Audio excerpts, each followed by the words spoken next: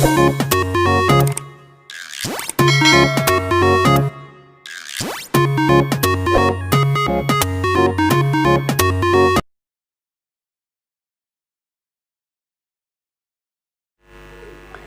Students, आशा करती हूँ कि आप सारे लोग बहुत अच्छे होंगे और सारे ही अपने घरों में एकदम से सुरक्षित होंगे। वेलकम टू किरण आदि शिक्षा, जहाँ पर हम स्टडी कर रहे हैं एनसीईआरटी क्लास 6 का चैप्टर नंबर 9, जिसका नाम है डेटा हैंडलिंग। इसकी 2 एक्सरसाइजेस हम सक्सेसफुली कंप्लीट कर चुके हैं। आज हम 3rd एक्सरसाइज करेंगे, जिसमें कि हमें बार ग्राफ पढ़ना है। इससे पहले वाली एक्सरसाइज में हमने पिक्टोग्राफ पढ़ा था। उसमें हमने दोनों चीज़ पढ़ी थी कि पिक्टोग्राफ को बनाते कैसे हैं और बना हुआ पिक्टोग्राफ अगर दिया है तो उसको रीड कैसे करते हैं। और उससे पिछली एक्सरसाइज में हमने बेसिक्स ऑफ डेटा हैंडलिंग पढ़े थे और टैली मार्क्स टेबल बनानी पड़ी थी। तो ये सारी चीज़ें अगर आपने नहीं पढ़ी हैं तो आप फटाफट से चैनल को सब्सक्राइब कीजिए। वहाँ पर मैंने 6 क्लास की एक प्लेलिस्ट बनाई हुई है, वहाँ पर जाकर आप इस चैप्टर की प्रीवियस वीडियोस को देख सकते हैं। साथ ही साथ इससे पहले 8 चैप्टर्स में पढ़ा चुके हैं, उन सब की भी वीडियोस वहाँ पर उपलब्ध हैं, तो आप उनको भी देखकर लॉकडाउन में आराम से अपनी मैथ्स की स्टडी को कंटिन्यू रख सकते हैं। इसके साथ ही आपके छोटे बड़े भाई बहन, आपके दोस्त, आपके रिश्तेदार भी इसका फ़ायदा ले सकते हैं, क्योंकि क्लास 6 से 10th के लिए सारी क्लासेस की वीडियोज़ वहाँ पर उपलब्ध हैं। तो उसके लिए आपको चैनल के लिंक को उनके साथ शेयर करना पड़ेगा, जिससे कि सभी लोग इसका फ़ायदा ले सकें, क्योंकि ये बिल्कुल फ्री है, इसका कोई भी चार्ज नहीं है। हम शुरू करते हैं बार ग्राफ। बार ग्राफ क्या होता है? जब हमने पिक्टोग्राफ पढ़ा तो पिक्टोग्राफ का एक ड्रॉबैक ये होता है कि पिक्टोग्राफ को बनाना बहुत टाइम कंज्यूमिंग होता है और डिफ़िकल्ट भी होता है। हमको सोचना पड़ता है हम कौन सी पिक्चर बनाएं, कैसे बनाएं, ठीक है, उसको बनाने में बहुत टाइम लगता है। तो उसके लिए एक दूसरा मेथड है बार ग्राफ। बार ग्राफ में हम क्या करते हैं, इसमें हम बराबर चौड़ाई के रेक्टेंगल्स बनाते हैं, बड़े बड़े बार्स, उनको बार्स कहते हैं। इस तरीके से हम बार बना लेते हैं ऐसे, ठीक है, इस तरीके के बार बनाते हैं। इन बार्स की चौड़ाई एकदम बराबर होनी चाहिए। ये हम ग्राफ पेपर में बनाते हैं। यहाँ पर हम 2 एक्सेस खींचते हैं। पहले इस वाले एक्सेस को कहते हैं एक्स एक्सेस, और इसको कहा जाता है लंबी वाली को, जो ये वर्टिकल एक्सेस है इसको कहा जाता है वाई एक्सेस, और जो ये हॉरिजेंटल एक्सेस है इसको एक्स एक्सेस कहते हैं, ठीक है। इसमें हम ध्यान रखते हैं कि जो चीज़ इंक्रीज़ हो रही होती है या डिक्रीज़ हो रही होती है, घट या बढ़ रही होती है, उसको हम वाई एक्सेस पे लेते हैं। और जो चीज़ कांस्टेंट होती है, जो मतलब फ़िक्स होती है, जैसे कि अगर सिटीज़ के नाम है, संडे मंडे है, जनवरी फरवरी है, या क्लास इंटरवल है 2 से 4, 4 से 6, 6 से 8, मतलब फ़िक्स हैं वो 2-2 का गैप, या फिर ईयर्स दे रखे हैं 1997, 98, तो उन सबको हम नीचे वाले एक्सेस पे लेते हैं, बराबर डिस्टेंस पे, एक एक ब्लॉक छोड़ के। एक ग्राफ में आपने देखा होगा कि बड़े बड़े खाने बने होते हैं, एक एक खाना छोड़ के आप बना सकते हैं। और जो चीज़ इनके, जैसे नंबर ऑफ़ स्टूडेंट्स घट बढ़ रहे हैं, ठीक है, या सैलरी घट बढ़ रही है, तो उसको हम वाई एक्सेस पे लेंगे। ये ध्यान रखना है कि कौन सी चीज़ एक्स एक्सेस पे लेनी है और कौन सी चीज़ वाई एक्सेस पे लेनी है, ठीक है। तो हम 9.3 के क्वेश्चन से इसको समझते हैं, ताकि आपको बिल्कुल क्लियर हो जाए। 9.3 का पहला क्वेश्चन है। देखो, इसमें भी 2 तरीके के क्वेश्चन होते हैं, या तो बार ग्राफ बना होगा, आपको रीड करना होगा, या फिर बार ग्राफ आपको मतलब टेबल दी होगी, उससे आपको बार ग्राफ बनाना होगा। यहाँ पर जो है बार ग्राफ बना हुआ है, और ऊपर साइड में हम राइट हैंड साइड पे जो है स्केल भी लिखते हैं। कि कॉपी में हम बहुत बड़ा डेटा नहीं लिख सकते, तो उसके लिए हमें स्केल बनाना पड़ता है कि हम एक बॉक्स इक्वल्स टू 100 स्टूडेंट को दिखा रहे हैं, ठीक है। 100 स्टूडेंट के लिए अगर एक को एक से ही दिखाएंगे तो हमें 100 तक लिखना पड़ेगा, उतनी लंबी तो कॉपी होती नहीं है। तो ये कह रहा है पहला question, the bar graph given alongside shown the amount of wheat purchased by government during the year 1998 to 2002। जब भी आप क्वेश्चंस को करें या मेरी वीडियो को देखें तो आप ज़रूर से बुक अपने साथ में लेके बैठें, क्योंकि चलिए मैं बना देती हूँ। एक क्वेश्चन को हम समझ लेते हैं अच्छे से। यहाँ पर इस तरीके का बार ग्राफ बना हुआ है, आपकी बुक में भी बना हुआ है। इधर को इसने जो है, देखिए, जो चीज़ बढ़ती है, मतलब जो वीट का पैदावार है ना, वो बढ़ रही होगी, तो वो इधर लेंगे वाई एक्सिस पे। तो ये इसने ली है 5, 10। अच्छा, इसमें भी हम स्केल किस तरीके से लेते हैं, इक्वल इंटरवल्स में लेना चाहिए। 5, 10, 15, 20, 25, 25 और 30 तक इसने लिया है, ठीक है। 5-5 का एक बड़े बॉक्स में इसने 5 दिया है, और ये है 1000 टन्स में दिखा है, 1000 टन्स, ठीक है, 1000 टन्स में इसने लिया है। मतलब कि अच्छा, ईयर्स इसने यहाँ लिए हैं 98,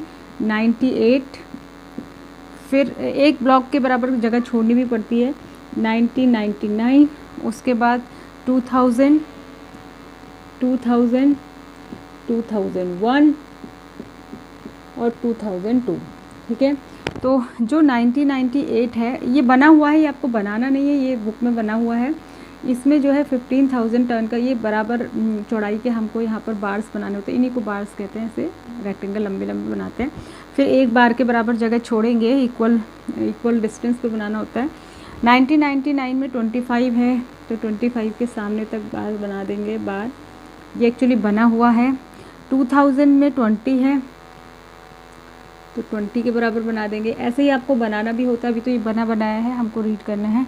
2001 में भी 20 है और 2002 में 30 है, ये 20 है और यहाँ पे 30 है। बहुत अच्छा बन नहीं रहा है, मैं ऐसे हाथ से ड्रॉ कर रही हूँ, आप स्केल से करेंगे तो ठीक बनेगा। इस तरीके का एक बार दे रखा है बार ग्राफ, आपको इसको रीड करके कुछ क्वेश्चंस के आंसर देने हैं, ठीक है। मैंने आपको बता दिया कि 2 तरीके के क्वेश्चन आते हैं, या तो बार बना हुआ होगा बार ग्राफ और कुछ क्वेश्चन पूछोगे, आपको बार ग्राफ को देख के रीड करके उन क्वेश्चंस के आंसर देने होते हैं, या फिर एक टेबल दी होगी जिसको देख के आपको बार ग्राफ बनाना होता है।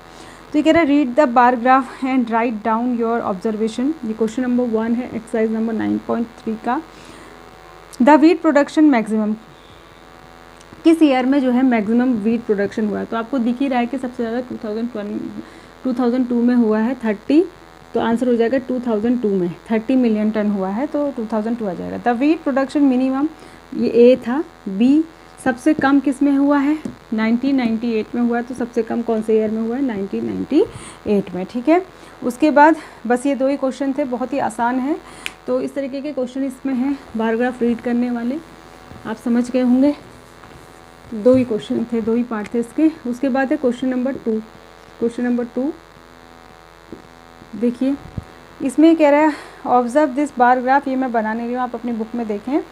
विच is showing the sale of shirts in a readymade shop from Monday to Saturday. Monday से लेके सैटरडे तक एक रेडीमेड शॉप में कितनी सेल होती है।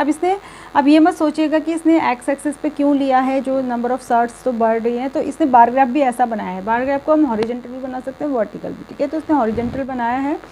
सैटरडे के दिन 60 शर्ट्स बिकी, फ्राइडे के दिन 55, थर्सडे के दिन आप देखते रहिए अपनी बुक में 35, वेडनेसडे के दिन 20, ट्यूसडे के दिन 10 और मंडे के दिन 15। इस तरीके से दिया है बार ग्राफ। जब आप देखेंगे आपको सही समझ में आ जाएगा। Now answer the following question. इसका जो पहला क्वेश्चन है वो देखिए, what information does the above bar graph give. ये इन्फॉर्मेशन क्या बार ग्राफ इन्फॉर्मेशन देता है?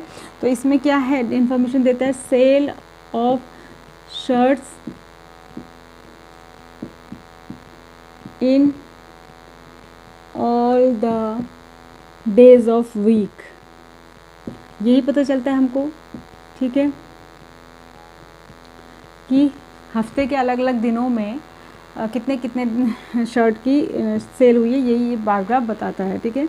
बी में ये पूछ रहा है which is the scale chosen on the horizontal line representing number of shirts. Scale क्या लिया गया? ऊपर स्केल यहाँ पे लिखा है 1 unit length equals to 5 shirt, तो आप वही लिख देंगे 1 यूनिट लेंथ इक्वल्स टू एक बॉक्स, एक बड़ा बॉक्स जो है वो 5 शर्ट को दिखा रहा है, ऐसा इन्होंने स्केल लिया है। ये लिखा भी है इन्होंने राइट हैंड साइड पे, तो बस खाली आपको पढ़ के लिख देना है।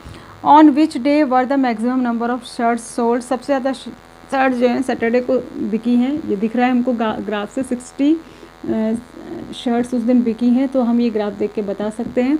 अगला कह रहा है on which day were the minimum number of, ये भी हमें ग्राफ से पता चल रहा है कि सबसे कम ट्यूसडे को बिकी हैं 10, तो ट्यूसडे को सबसे कम मिनिमम ये है 10 शर्ट्स बिकी, और ये भी हमें ग्राफ से पता चल रहा है। How many shirts were sold on Thursday, Thursday को कितनी बिकी? तो थर्सडे को 35 बिकी, ये हमको ग्राफ से दिख रहा है। तो ये होता है ग्राफ को रीड करना, बार ग्राफ को रीड करना, ठीक है।